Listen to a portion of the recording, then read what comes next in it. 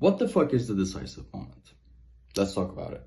It essentially means the right time and the right place. But in photography, what is the right time and the right place?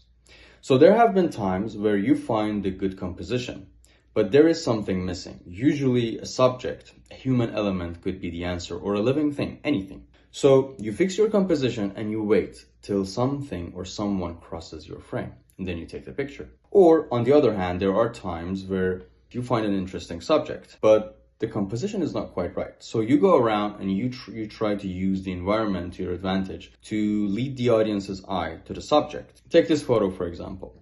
I would imagine Henri Cartier-Bresson, the man behind this photo, had fixed his composition and waited long enough until a bike rider crosses his frame. Or the man reading the newspaper. I would imagine that he went around and tried different compositions to capture this photo.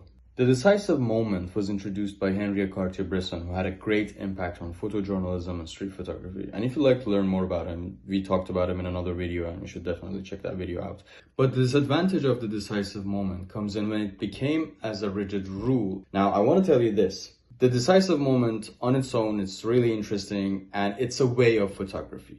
But the problem is when it turned out to be the way of photography, that's when I would say it takes away the free-spiritedness of this medium. Imagine you want to take a photo and you want to put the subject in the corner of your photo.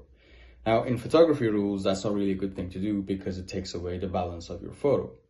But why would we care about that? Sure, we want to take good photos, but if putting the subject in the corner of your frame means something to you, you should definitely do that, because you might actually create new meanings out of doing that.